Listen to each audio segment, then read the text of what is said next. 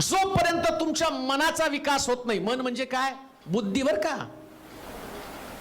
बरेच लोक मन म्हणजे इथं बघतात, हृदयामध्ये. हृदय नाही, ते नाही मन. हृदय नाही दुखत, सगळं गोंधळ डोक्यामध्ये चाललेला असतो, सगळी गडबड डोक्यामध्ये चाललेली असते. देव पण तुम्हाला बुद्धीने समजतो.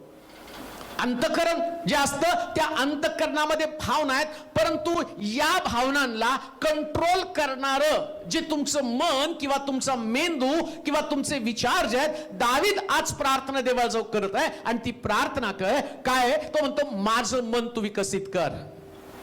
ज्या दिवशी त्या दाविदाचं मन विकसित होतं, तो म्हणतो त्या दिवसापासून माझं मन इकडं तिकडं कुठं धावत नाही. कान देऊ नाही का?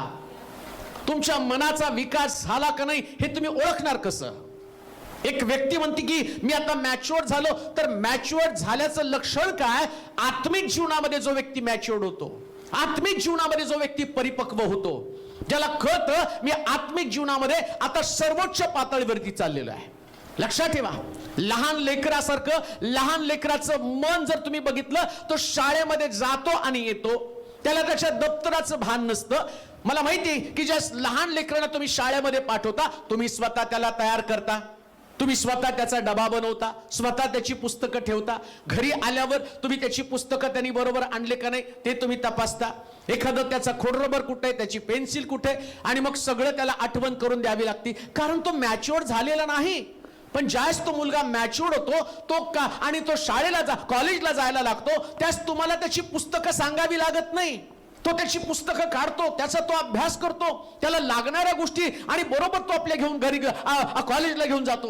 घरी आल्यावर तुम्ही त्याला तपासत नाही, तुम्ही त्याला तपासण्याची गरज पण नाही. त्याचा तो बसतो, त्याचा तो अभ्यास करतो, कारण त्याला माहिती असतं आता याच्यामध्ये माझं करिअर आहे, याच्यामध्ये मला माझं जीवन घडवावं लागणार आहे. लक्षात घ्या, लहान लेकरासारखं आमचं आत्मिक जीवन असता कामा नये की आम्हाला आणि कुठल्याच गोष्टीचं भान नाही. ज्यास आम्ही परमेश्वराच्या घरामध्ये येतो, आता आम्ही प्रौढ बनावं, आम्ही मॅच्युअर्ड बनावं. दावीद सुद्धा प्रार्थना करताना म्हणतो, आता मला समज दे, आता मला बुद्धी दे. ज्यास तू माझं मन विकसित करशील ना, त्यास मी तुझ्या आज्ञा शोधायला सुरुवात करेल. तुझ्या आज्ञा ज्या मला जीवन देणार आहेत, तुझ्या आज्ञा जे माझं करिअर घडवणार आहेत, तुझ्या आज्ञा ज्याच्याद्वारे मला आशीर्वाद मिळणार आहे. म्हणून अनुवादाच्या पुस्तकामध्ये लिहिलं, यात लिहिलेल्या आज्ञा तू पाळशील तर आशीर्वाद तुझ्या मागे धावत येतील. कान देऊ नये का? ज्यास तुमचं मन विकसित होतं ना, तुम्हाला कळतं देवाची प्रत्येक आज्ञा माझ्यासाठी आशीर्वाद आहे.